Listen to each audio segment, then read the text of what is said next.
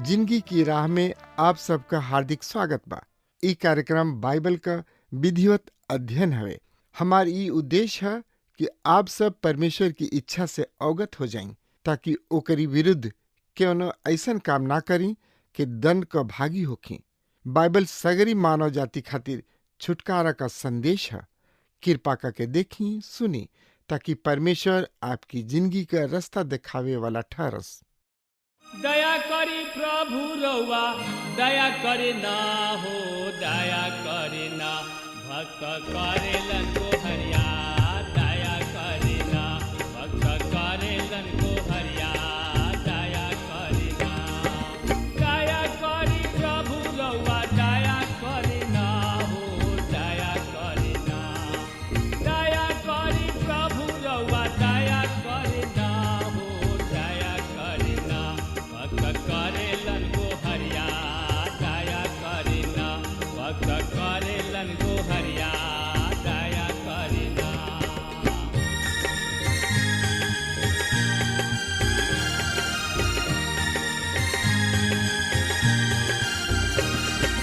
दया करी कृष्ण रउआ दया करे ना हो, दया करे ना। दया करी कृष्ण रउआ दया करे ना हो, दया करे ना।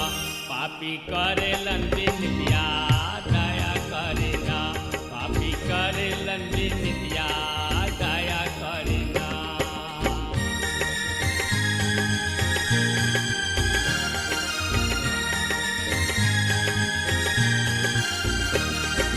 हाथ जोड़ी करी प्रभु शरण में सिसवा, दया करे ना।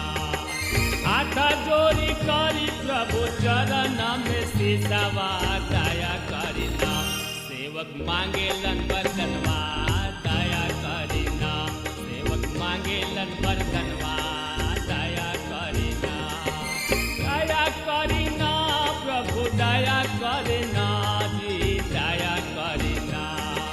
दया करी प्रभु रउआ दया करे ना हो, दया करे ना भक्त करेलन को हरिया, दया करे ना।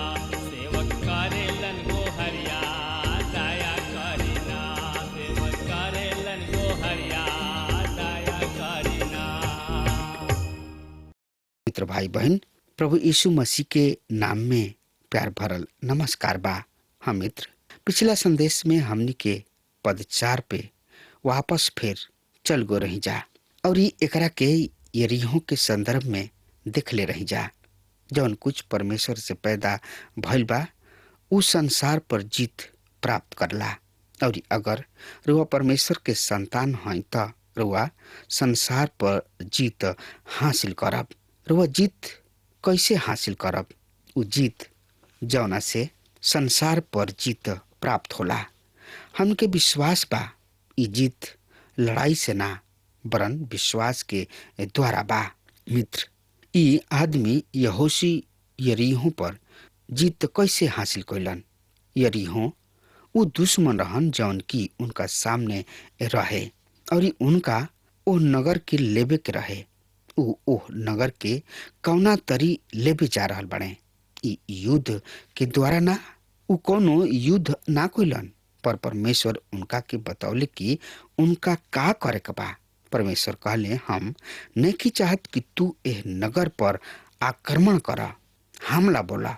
हम नहीं चाहत कि नगर के फाटक सब के गिरा डाले के खातिर तू दुर्मुठ के प्रयोग करा। जौन काम हम तोहरा से करे चाहतानी उ ई बा कि नगर के चारों ओर घूम के लौट आवा।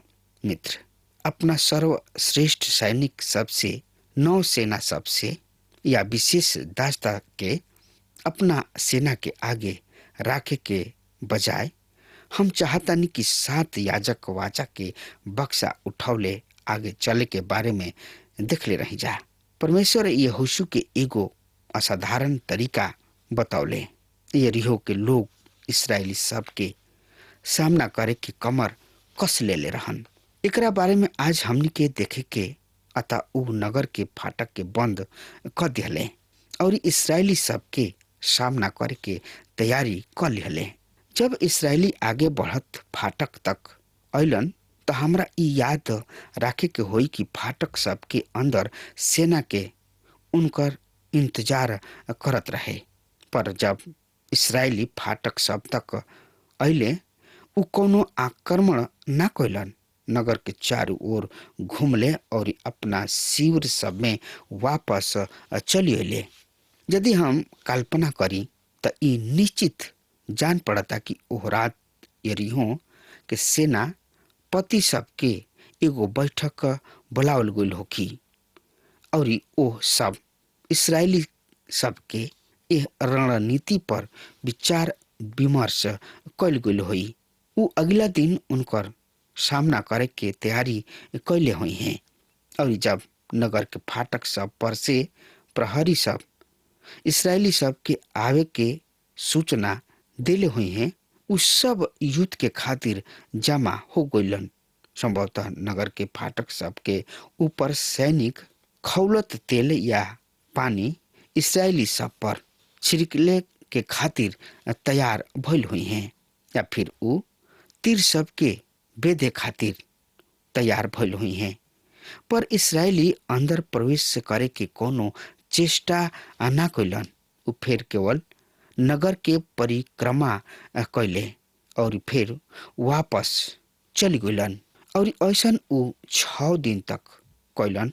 ओ समय तक यरीहो नगर के अंदर उनकर सेना माना पागल हो गइल रहन। उ ई समझ ना पावत रहन कि का होके वाला बा। 7वां दिन जब इस्राएली फिर अइले तो शायद यरीहो के सेनापति कहले हुई हैं। ऐसा लागता कि उ नगर के नैखन लेवे जा रहल। उ सिर्फ कुछ सनक भरल काम कैले होखस। पर एह बार प्रहरी सब कहले उ फिर से नगर के परिक्रमा कर रहल बने और इस्राएली सब नगर के 7 हाली परिक्रमा कैलन। और तब का भइल? याजक सब नरसिंगा फुकले और लोग जय घोष कैलन और यरीहो के देवाल ध्वस्त हो गइल। इस्राएल के संतान संभवतः नगर के चारों ओर से घेर के रखले रहन और जब नगर के देवाल गिर गइल तो अंदर के सब सेना निश्चित रूप से आश्चर्यचकित रह गइल हुई। इस्राएल के संतान कौना तरी नगर पर जय प्राप्त कैलन? का युद्ध के द्वारा? उ युद्ध एकदम ना कैलन।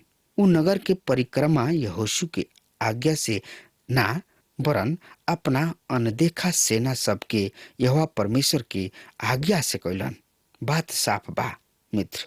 तो हमरा पवित्र शास्त्र के एक घटना के समझे में कुछ समय और कुछ समस्या बा। हमार समस्या इरेहो के गिरल देवाल ना ह। इ तथ्य त पूरा तात्विक खुदाई से सच साबित हो चुकल बा। पर जौन बात हमरा के परेशान कर रहल बिया उ ई कि यहोशू ऐसन आदमी जौन की एगो जोग सैन्य संचालन रहन। उ एह तरीके रणनीति के प्रयोग करे कहलन। ई सच बा, परमेश्वर ऐसन आज्ञा दिले। पर हम अभी भी ई सोचतानी कि जरूर ही यहोशू एह तरीके रणनीति से असहमत रहल हुई हैं। एकर जवाब पहले के ओह घटना में छुपल बा जब यहोशू हाथ में नंगा तलवार ले ले एगो आदमी के इस्राएली छावनी में निकट देखले। यहोशू आगे बढ़ले और ओह पुरुष से कहले, तू हमरा ओर के हवा या हमारा बैरी सब के ओर से बढ़ा। यहोशू 5 अध्याय के 13 से 15 पद में ई बात के बतावल गइल बा। मित्र, यहोशू ई समझत रहन कि उ सेना के प्रधान हवे, पर जब उ आदमी उनका ओर घूमले और जवाब दिहले तब यहोशू के ई महसूस भइल कि उ एगो अलौकिक आदमी रहन। हम व्यक्तिगत रूप से ई विश्वास करतानी कि वो आदमी देह धारण से ई विश्वास करतानी कि वो आदमी देह धारण से पूर्व खुद प्रभु यीशु मसीह के सिवा और केहू न रहे। तब यहोशू मुंह के बल पृथ्वी पर गिर के दंडवत कैले। ये तरी हम देखतानी कि यरीहो के युद्ध के पहले यहोशू ई जान लेले रहन कि उ सेनापति ना रहन, सैनिक मुख्यालय उनका सिर में नहीं खे, पर स्वर्ग में सैनिकों के यहोवा परमेश्वर के पास बा। जैसे कि ओह अजनबी आदमी अपन परिचय दिहले ना, वरन हम यहोवा परमेश्वर के सेना के प्रधान होके अभी आयल बानी। यहोशू 5 अध्याय के 14 पद एह तरी से बता रहल बा, जौन कि हम पढ़निहा। दूसरा शब्द में परमेश्वर यहोशू के बतावत रहन, ई युद्ध जौन तू लड़ रहल बड़ा आत्मिक युद्ध के साथ साथ शारीरिक युद्ध भी बा और हम एकर प्रधान हई। अतः सेनापति यहोशू अब यहोवा परमेश्वर के सेना सब के प्रधान से आज्ञा लेबे जात रहन और उ प्रधान कहलन, नगर के चारों ओर तरफ घुमा। एक घटना के स्मरण करत यहोशू के व्यवहार समझे में कठिन ना हुई। यहोशू आज्ञा के पालन करत रहन, उ आज्ञाकारी रहन। उनका अपना कप्तान पर पूरा पूरा भरोसा रहे। इब्रानी 11 अध्याय के 30 पद, विश्वासे से यरीहो के हद के दीवाल के जब उ लोग 7 दिन ले चक्कर लगा लिहल त उ ढह गइल। मित्र, ई ना तो युद्ध से और ना ही सैन्य कुशलता से, पर विश्वास के द्वारा यरीहो के दीवाल गिर पड़ल। मित्र, एकरा से आज हमनी के का शिक्षा मिलता? हम और रउआ युद्ध के द्वारा इस संसार पर जय नहीं जा पा सकत। यद्यपि यहोशू किने सेना रहे। यहोशू के काम परमेश्वर पर विश्वास करे के रहे। उ परमेश्वर पर भरोसा कैलन और यरीहो के दीवाल गिर गइल। हाँ मित्र, आज हमनी के विश्वास के द्वारा बचावल गइल बनी जा और अगर हमनी के इस संसार पर जय पावे जा रहल बानी जा त हमनी के युद्ध के द्वारा जय ना प्राप्त कर पाइब जा।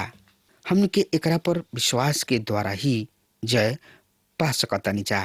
ई एगो केवल तरीका है जेकरा द्वारा हमनी के इस संसार के सामना कर सकतानी जा और हमनी खातिर एकरा में इहे उ महान उद्देश्य है।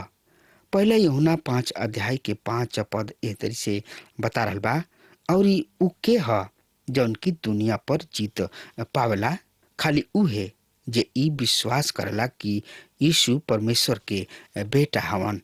मित्र, जब रुआ सचमुच परमेश्वर पर भरोसा करतानी तब ई राउर आपन शक्ति के बात निखन कर रहल, पर रुआ विश्वास से परमेश्वर के सामर्थ्य द्वारा बचावल जाई ना। हमने के भविष्य में आपन युक्ति के खातिर मसीह पर विश्वास करी न जा।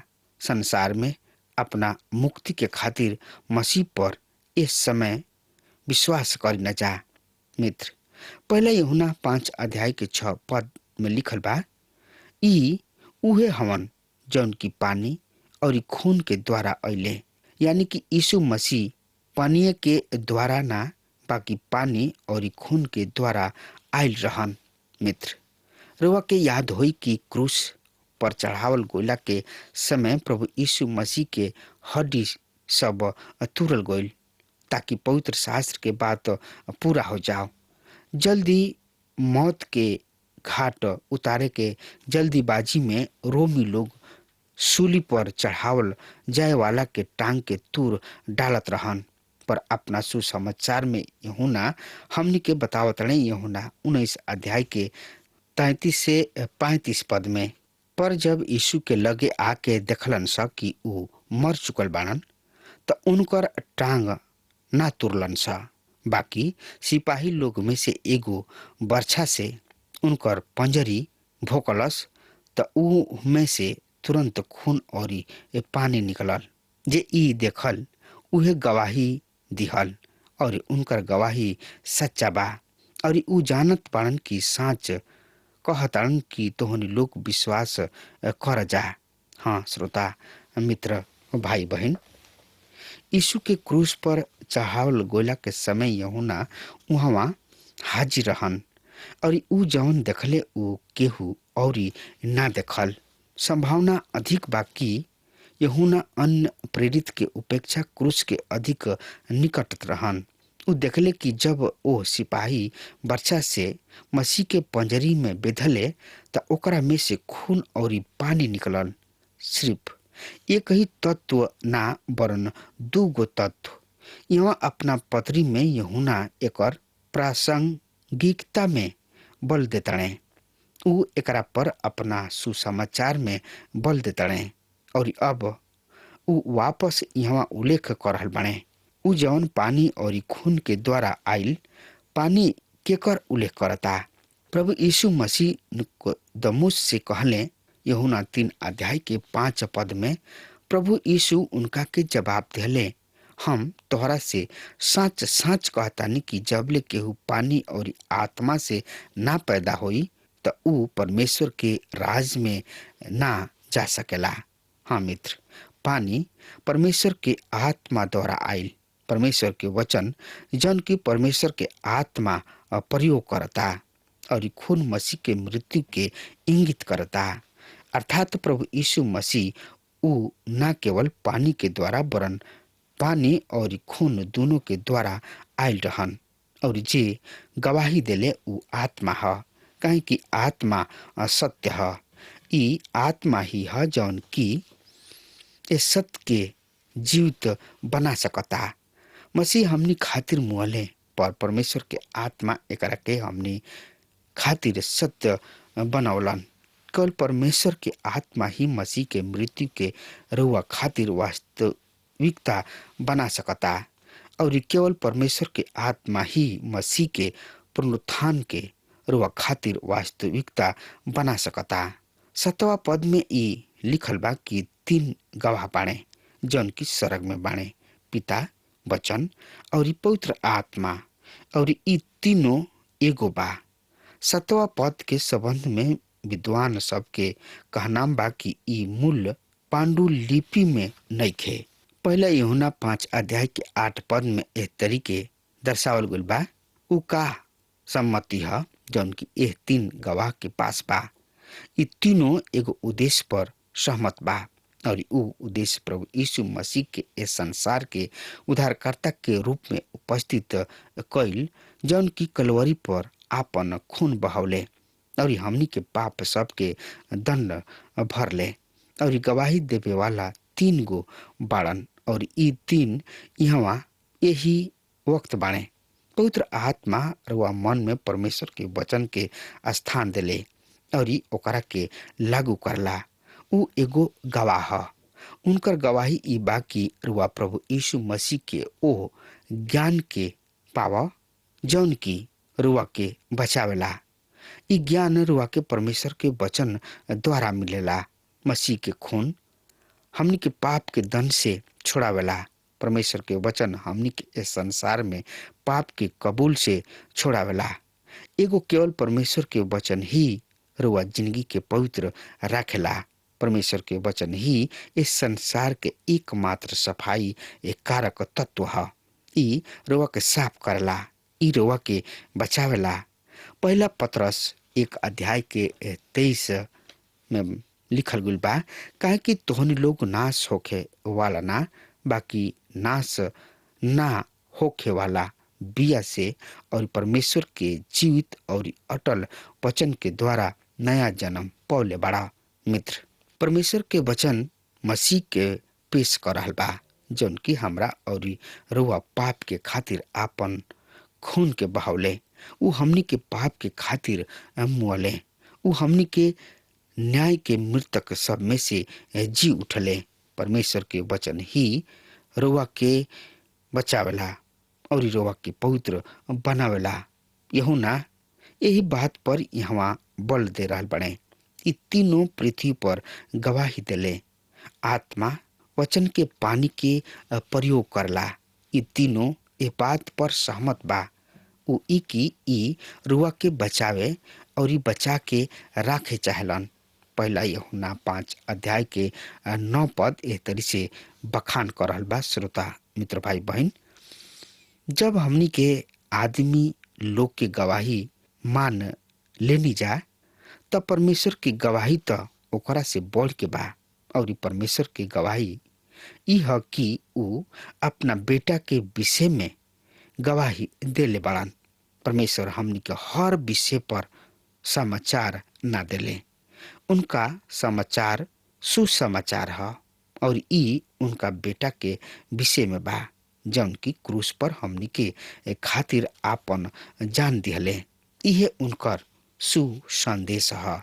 मित्र, पहला यूहन्ना 5 अध्याय के 10 पद में लिखल बा, जे परमेश्वर के बेटा पर विश्वास करेला उ परमेश्वर में खुद गवाही रखेला।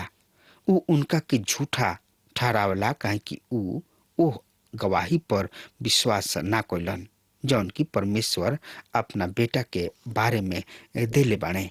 हाँ मित्र, जे परमेश्वर के बेटा पर विश्वास करेला उ अपना ही में गवाही रखेला। अगर रउआ मसीह पर विश्वास करतानी कि उ राउर उद्धारकर्ता हमें, तब पवित्र आत्मा रउआ में निवास करला और उ ई गवाही देला कि ई बात सत्य बा। बहुत से लोग जौन की परमेश्वर के वचन सुनेलन, संभवतः बोले वाला सुने वाला के ना जानेलन, उनका के ना देख पावेलन, पर पवित्र आत्मा जौन की उनका में वास करला गवाही देला। उ परमेश्वर के वचन सुन रहल बने और उ उनका के स्वीकार करताड़े। ई एगो बहुत ही अद्भुत बात बा और इहे उ सबसे बड़ कारण बा जौन की परमेश्वर के वचन के शिक्षा देबे और ओकरा के प्रचारित करे के प्रेरणा देला। जे परमेश्वर के प्रतीति ना करला उ उनका के झूठा ठहरावेला। जब वह परमेश्वर पर भरोसा नहीं करत त अपना पाप से ई अंतर्निहित अर्थ के निकालिना कि परमेश्वर झूठा हमें। परमेश्वर कहलन, मसीह पर भरोसा रख और हम तोहरा के बचाई। अगर वह ई कहीं कि बचावल गोला के खातिर हमारा मसीह के आवश्यकता नहीं खे तो ए तरी वह परमेश्वर के झूठा ठहरावतानी काहे कि उ ओह गवाही पर विश्वास ना कइलन जौन की परमेश्वर अपना बेटा के विषय में देले। ई गवाही का ह? हाँ श्रोता मित्र भाई बहन, एकरा के दूसरा शब्द में कहल जाओ जौन की परमेश्वर अपना बेटा के विषय में दिहले। ई गवाही का ह मित्र?